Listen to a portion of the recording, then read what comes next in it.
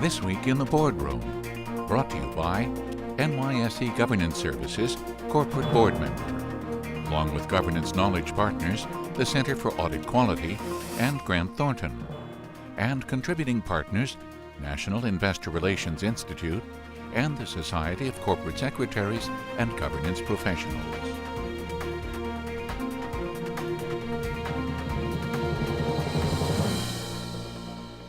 Welcome to this edition of This Week in the Boardroom. I'm TK Kerstetter, Chairman of the NYSE Governance Services Corporate Board Member, and it's my pleasure to welcome you to today's show.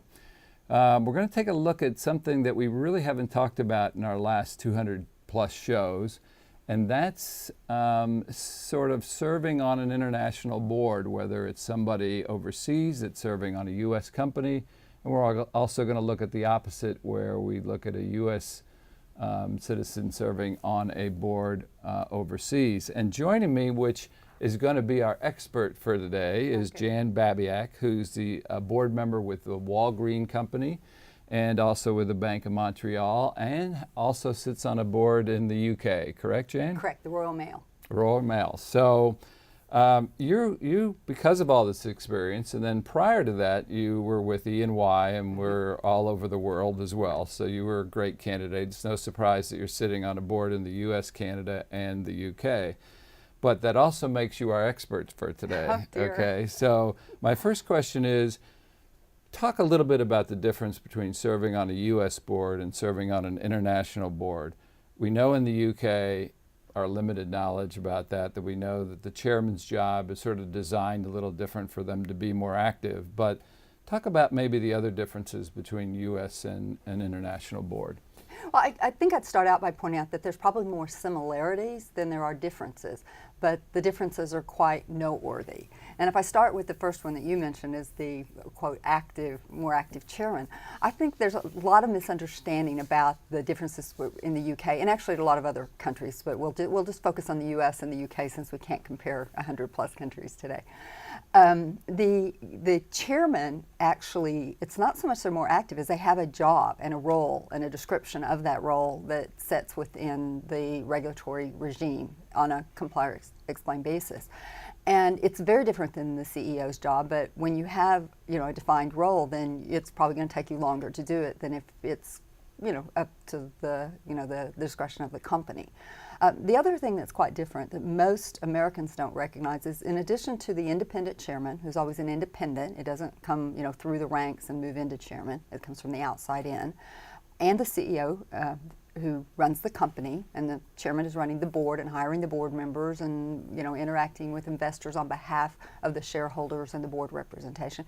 We also have a senior independent director, which is the one who interacts with the rest of the board members. It gets additional money, like a chairman of a committee or something, and we do the assessment of the chairman through the SID, as it's called. So there's actually, three branches of governance, if you will.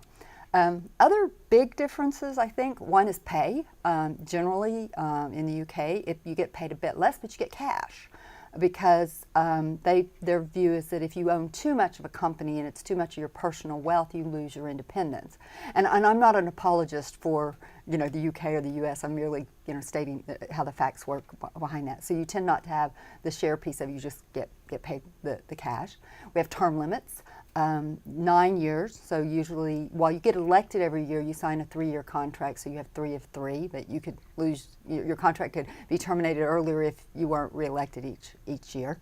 You can have a 10th year in the event of a transition that's in the interest of the company. If you go beyond that, you're no longer considered independent, which actually brings me to another difference, in that most of the boards will actually have more than the CEO sitting on the board in terms of executives.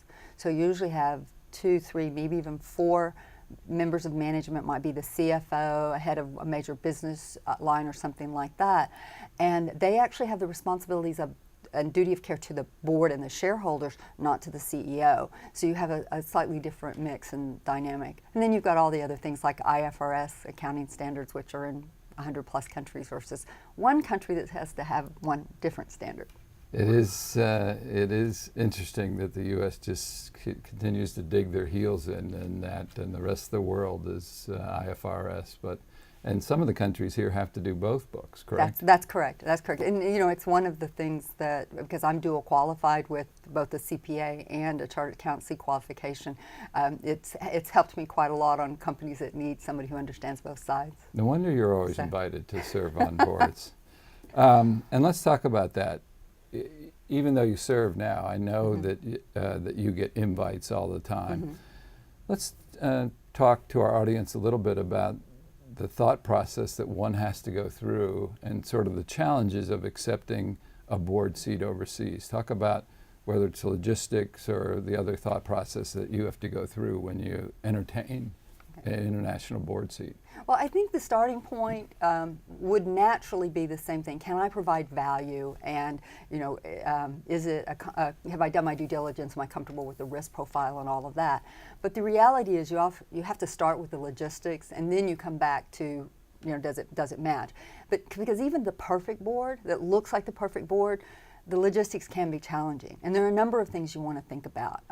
One would be how many board meetings. I got a call about a British board that had 12 meetings, and it paid way below market, even by British standards, and 12 board meetings a year. And that it just wasn't tenable, because I was already on another British board where I was there 6 times a year, and I was on the council. I may as well move back, and as you know, I lived there for 20 years. So if it has 12, it's one thing. If it has 4, it's another. The other thing is, does the committee schedule align with the board schedule? Because I have had one board where the committee schedule was different than the board schedule, and it actually almost doubles things. The other thing is time zone. You look at something like, if you're doing something from the U.S. and South America, you're close enough to the time zone. If you're doing the UK and South Africa, you're close enough. But we've just gone through the float of the Royal Mail, which attracts a lot of extra board meetings. And while many of the board members called in from wherever they were, my call in was at 2:30 in the morning, and everybody else was a little better. And I think that's another thing to think about. Are you the sort of person who can get up, brush your teeth at 2:30 in the morning, and do a 3-hour board call and either go back to bed or continue your day? And then the other piece, of course, is if I feel like I should be awake and attentive when I'm in board meetings, so I don't fly in the day of and go straight into board meetings. So one day board meeting may be 3 days of calendar time. Yeah. So lots of things to think about. So if you were, first of all, we see, the fact of being global companies today, you don't have to be large these days to be globals, but certainly the more international you become as a company, the more you sort of want that type of representation on your board. If you were the chair of the nominating committee, or charged, let's say even it's an IPO, and you had to make sure you put together a board going forward that was international, how would you go about building an international board? Well, I'd start with why you want an international board, because there's a lot of different reasons. One of which may be you're a very domestic U.S. company and you want to expand and take your product abroad. And we see that get messed up often. I was living in the UK at one point in the, 90s, and there was a very, very popular shirt company here that did lots of nice button downs, and everybody bought their button downs, from these people. They went into the UK market and they failed miserably because men there didn't wear button downs. That was viewed as a casual thing, not a business thing.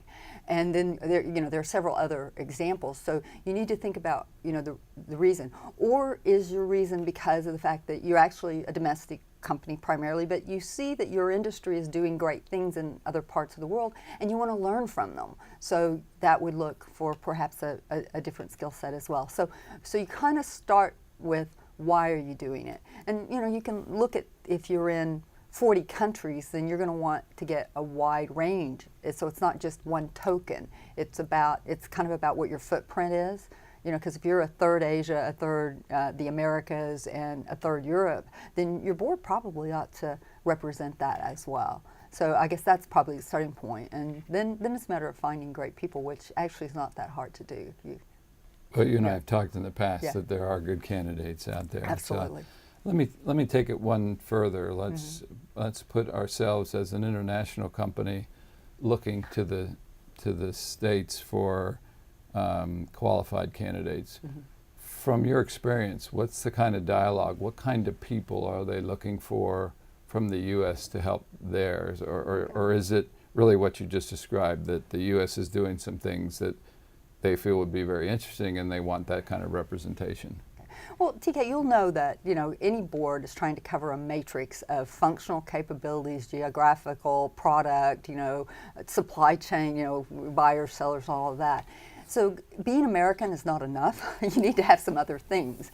And so as a board is looking, they may, they'll sit down and they say they may want somebody who has international experience, has worked in a number of countries, who understands IT, and being American would be a plus. And if that would be particularly true again if they have, a third of their operations in the U.S.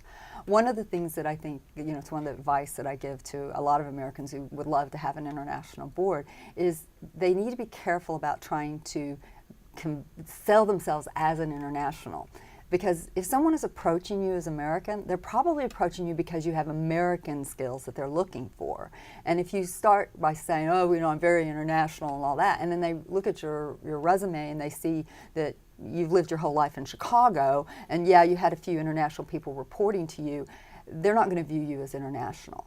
So you can sell yourself about how you understand the local market, how you will help them, how you've worked a lot with international, and that will be helpful. But unless you've actually lived abroad, had feet on ground and had your kids in school somewhere else and had to deal with all of that, you need to be careful about how you hold yourself out. And that goes both ways. Yeah. So you and I in the past have talked a lot about the sort of the resource pool that's available for the board. We both sort of scoffed at the idea that there aren't qualified candidates out there, and some of that certainly was that those conversations were connected towards a diverse crowd, meaning both gender and ethnicity. But talk a little bit. I know that you've been active in trying to make sure that the world knows about this talent pool that exists. Now, I know you call Nashville home now, so talk a little bit about some of the efforts that you've made sort of to build up the awareness of that pool. Well, it's been interesting because so frequently, the starting point is sitting CEO. And I have to say on the boards that I sit on, there are some amazing, or in fact, all the CEOs are great. They make a great contribution. But I would also say that when you start with sitting CEO, you're already eliminating anybody who really understands your industry because they're a competitor, if from that standpoint. So you've knocked that out. And you need people who understand, and the same thing on supply chain. You can't really use a big customer or a big buyer or supplier because of the fact that they probably want your business, and therefore that would create a conflict. So how do you create a board that has great skill set to match the diversity that you need in the room? And that can be somebody who maybe is used to head up a big business unit of what now is a competitor, but they're no longer with them. It can be somebody who was part of a supply chain at some point in the mix. And I look at one of the first boards I was on was called Logica, and it's now been sold to a Canadian company and doesn't exist as that. But we had IT operations in 8 countries. And in 40 countries, we had 8 board members. We had an Italian, we had a German, we had a French, we had an American, we had an Indian, a lot of outsourcing, things like that. I think another Brit and another American.